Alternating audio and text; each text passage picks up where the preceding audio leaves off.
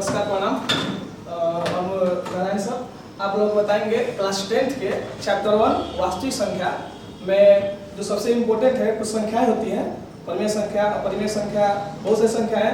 तो चूंकि अभी हम लोग केवल पढ़ेंगे परिमेय और अपरिमेय के बारे में जो सबसे इम्पोर्टेंट है। अगर आपको परिमेय और अपरिमेय समझ में नहीं आया तो आप चैप्टर 1 का मैथ का सवाल नहीं बना पाइएगा। तो आइए देखते हैं, पहले देखते चैप्टर का नाम लेसन 1 है। लेसन 1 जिसका नाम है वास्तविक संख्या। वास्तविक संख्या जिसको हम लोग कहते हैं रियल नंबर। रियल नंबर सबसे हम लोग देखेंगे इसमें कि संख्याओं के बारे में। तो सबसे पहली संख्या है वो हमारी है परिमेय संख्या। परिमेय संख्या जिसको हम लोग इंग्लिश में कहते हैं रेशनल नंबर। रेशनल नंबर तो देखते हैं किसे कहते किसे हैं। तो वैसी संख्या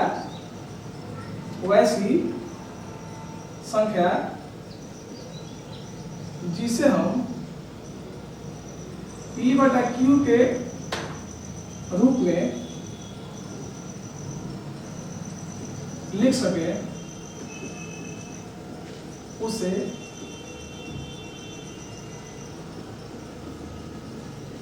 परिमेय संख्या कहते हैं। वैसी संख्या जिसे हम P बटा Q के रूप में, P बटा Q का मतलब क्या भाई?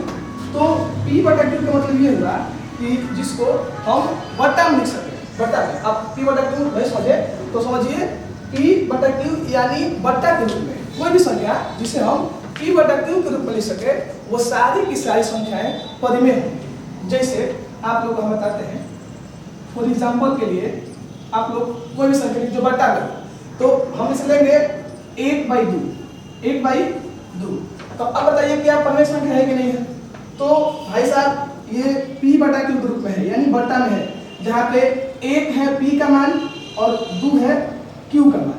2 है Q का मान तो ये P ऊपर है Q नीचे है यानी ये बटा में है, इसलिए ये एक परिमेय संख्या है।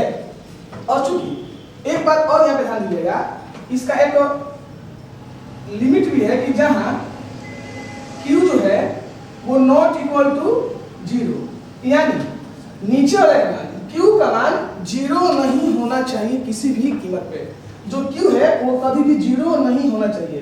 तो यहाँ 1/2 है, P 0 हो जाएगा, ध्यान दीजिएगा P 0 ऊपर वाला 0 हो जाएगा, लेकिन Q नीचे वाला 0 नहीं होना चाहिए किसी भी हालत में। तो देखिए ना ऊपर तो 1 है 0 और नीचे 2 है, नीचे 0 नहीं है यानी एक परिमेय संख्या है। और लेते हैं 3/2, ये भी एक क्या है? परिमेय संख्या है। अब लेते हैं थोड़ी संख्या जो माइनस में होती है, जैसे -8/4, क्या ये परिमेय है? तो बिल्कुल है, ये परिमेय है। याद रखिएगा परिमेय से मतलब केवल बटा में होता है P बटा Q, जहां Q नॉट इक्वल टू 0 यानी नीचे वाले का मान Q का मान 0 नहीं होना चाहिए। ऊपर वाला मान 0 हो सकता है लेकिन नीचे वाला मान 0 नहीं हो सकता है। अब ध्यान दीजिए, तो क्या ये संख्या परिमेय है? बिल्कुल है। क्या हम 4 बटा -5 लिख दिए ये परिमेय है? ये भी संख्या बिल्कुल परिमेय है, बिल्कुल है। अब तो नीचे आते हैं, ध्यान दीजिए, क्या हम बोले कि 0 एक परिमेय संख्या है? ध्यान दीजिएगा, क्या 0 एक परिमेय संख्या है? तो अब हम देखेंगे 0 में कि 0 तो बस केवल 0 है, ये बटा में तो लिखे ही नहीं है। लेकिन एक बात ध्यान दीजिएगा कि सबसे पहले कि बटा में इसको कैसे लिख पाएंगे। तो हम देखेंगे कि कोई भी संख्या हम लिखते हैं, याद रखिए कोई भी संख्या, आप चाहे दुनिया का कोई भी संख्या लिखे, पहले 1 2 3 4 5 6 1 लिख दिए, 2 लिख दिए, 3 लिख दिए, कोई भी संख्या लिखिए, अगर ऊपर वो संख्या है, ये संख्या जो भी लिखा जाता है वो संख्या ऊपर ही लिखा जाता है। हर एक संख्या के नीचे एक जो है वो छिपा होता है, आप लोगों को पता होगा। कोई भी आप संख्या लिखिए, अकेले 2 4 5 मतलब कोई भी संख्या, अनंत संख्या जो भी लिखिए, अगर संख्या आप कुछ लिखे हैं अकेले, बटा में नहीं अकेले, तो हर एक संख्या के नीचे जो है एक छिपा होता है। इस बात का आप लोग ध्यान रखिए, कोई भी संख्या अगर आप लिख रहे हैं तो उसके संख्या के नीचे एक छिपा होता है। तो वैसे ही हम 0 लिख दिए तो 0 के नीचे एक छिपा हुआ है, 0 के नीचे एक छिपा हुआ है। अब बताइए क्या इस हम P बटा Q लिख दिए? तो आप कहिएगा कि हाँ लिख तो दिए, लेकिन ऊपर 0 है तो क्या ऊपर 0 होना चाहिए? तो देखिए यहाँ पे हम बोला है ना, जहां q नॉट इक्वल टू 0, यानी q का मान 0 नहीं होना चाहिए, p का मान 0 हो सकता है। p ऊपर वाला p है, देखिए ऊपर वाला p होता है, नीचे वाला p होता है। तो जो 0 है ऊपर वाला मान यानी p का मान 0 हो सकता है, लेकिन नीचे वाला जो q का मान है वो कभी भी 0 नहीं होगा। तो यानी ऊपर वाला 0 है, ठीक है, नीचे 1 है, ठीक है, नीचे 0 नहीं है, और ये p बटा q के रूप में है, इसलिए 0 1 परिमेय संख्या होगी, याद रखिएगा। अब यहाँ पे 1 लिख दे, 1 भी परिमेय संख्या होगी, क्यों? क्योंकि इसके बाद हम 1 लिख सकते हैं, 2 बिल्कुल होगी, 3 बिल्कुल होगी, 4 और ऐसी जितनी संख्या लिख दे वो सारी की सारी संख्याएं परिमेय होंगी, अनंत संख्या जो भी आप संख्या लिखिए, जो भी संख्या। अब आते हैं क्या 1/0 एक परिमेय संख्या है। तो अब देखिएगा कि यहाँ पे तो बाटा p बटा के ग्रुप में है, लेकिन यहाँ पे जो q का मान है वो मान 0 है, q का मान 0 है। तो ध्यान दीजिए q नॉट इक्वल टू 0, यानी q का मान 0 नहीं होना चाहिए, यानी ये एक परिमेय संख्या नहीं होगी, ये परिमेय संख्या नहीं होगी। एक बात और, दुनिया का आप कोई भी संख्या ऊपर लिख दीजिए, दुनिया का कोई भी संख्या अगर नीचे लिखिए, नीचे दुनिया कोई संख्या नीचे लिखिए और उसके ऊपर 0 है तो वो परिमेय होगी, वो क्या होगी? परिमेय। लेकिन अगर दुनिया का कोई संख्या ऊपर लिखे और नीचे 0 लिखे तो ये परिमेय नहीं होगी, क्योंकि यहाँ q नॉट इक्वल टू 0, यानी देखिए q नॉट इक्वल टू 0, यहाँ पे 0 आ गया है और 0 नहीं होना चाहिए।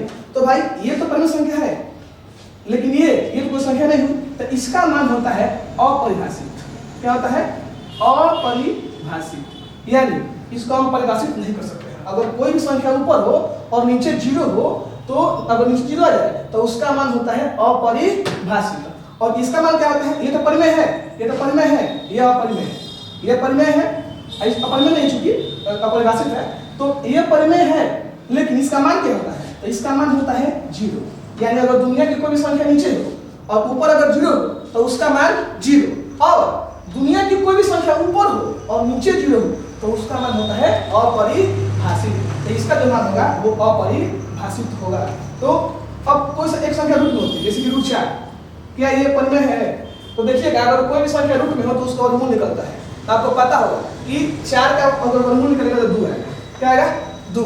अगर निकलेगा √9 का तो 3 और √16 का तो 4, यानी जो संख्या रूट से बाहर हो जाएगी वो भी परिमेय होगी। लेकिन वैसी संख्या ध्यान दीजिएगा जो रूटेबल रह जाए, जैसे कि √2 का वर्गमूल पूरा नहीं हो पाएगा, √3 का वर्गमूल पूरा नहीं हो पाएगा, इसका वर्गमूल निकलेगा लेकिन दशमलव निकलेगा। तो जब दशमलव निकले, पूर्ण रूप से वर्गमूल ना निकले, तो वो संख्याएं परिमेय नहीं होंगी, यानी ये संख्या अपरिमेय है, और जिसका वर्गमूल निकल जाए वो संख्या क्या होती है? परिमेय होती है। आशा करते हैं आप लोगों को परिमेय संख्या समझ में आया होगा।